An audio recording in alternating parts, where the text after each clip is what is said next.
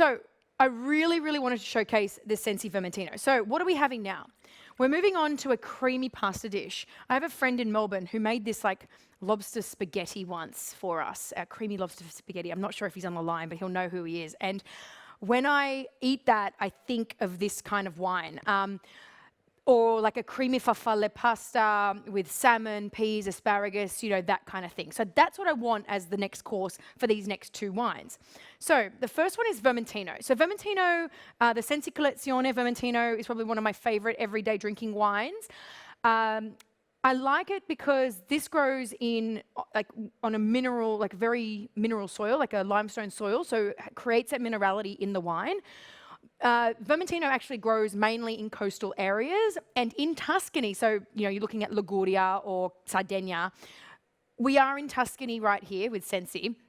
And there's this beautiful region, and I'll come back to this region when we go to the reds, but there's a beautiful region on the coast where all the rebel winemakers went in the 80s and started growing grapes because they realized that you had this, sea spray coming off you had this beautiful microclimate. You have the sea to one side, the mountains to the other, and this the sea spray would just kind of kick up onto the grapes. And it just creates this gorgeous little microclimate down in this area of Tuscany. So we'll come back to that a little bit later. But what I love about Vermentino, especially when we're talking about this creamy pasta, I mean, if there's no vegetarians in the room, you can add a bit of bacon to it, or pancetta or prosciutto to this pasta dish, is that it's got creamy acid, it's aromatic, it's got that minerality, it just cuts through the fattiness of the cream. And that's why I absolutely love Vermentino. I think it's one of the most underrated grapes in Italy. But even when you smell it, it just pops out of this glass, but not too intensely. So not like a Sauvignon Blanc. It's all your like stone fruit, lime, lemons, like citrus, but very floral as well. Oh, but you can really smell the minerality. I don't know if you, I think, I've always wondered whether you can smell minerality, and that's what I smell. It's I can smell minerals, coming out of the glass.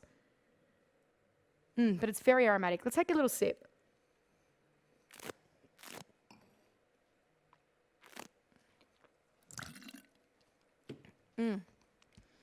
Yes, that is an awesome wine. And again, so much acid, which is why I want something like this with a creamy pasta dish, because you want to be able to, what the wine needs to do in any pairing, in any dinner pairing, is just cut through whatever you've just eaten. So it's such a long finish.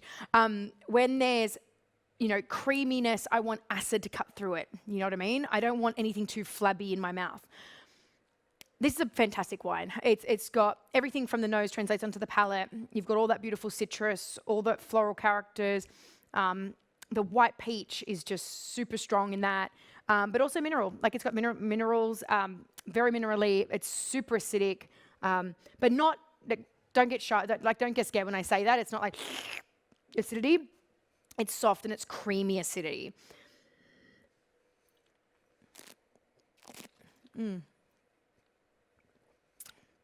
It's a beautiful wine.